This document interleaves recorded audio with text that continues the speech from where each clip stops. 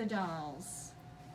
Okay, so these, the person will trace first, and then the sewer will sew the doll, how we described in the last video, and then we're cutting it out. So we're gonna cut it out with some space, not close to the seam. If you cut too close to the seam, then you either could clip the seam on accident, or it's more likely to pull apart and make a hole. So you wanna cut it more like this.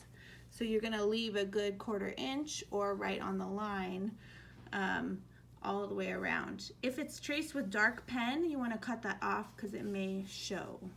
And then the other thing to do, because when we have the finished product, we want it to be nice and flat in these curves. And the way to achieve that is to cut these little clips to loosen the thread, the fabric. And you don't, be very careful not to cut the seam. See, we cut a little bit apart from the seam. If you forget to do this, what happens is it gets really bunched up.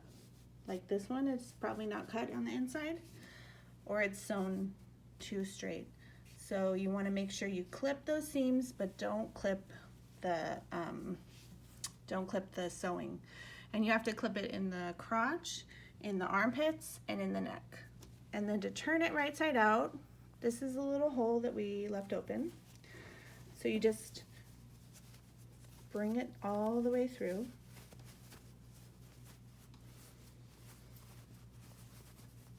And just push out all the feet.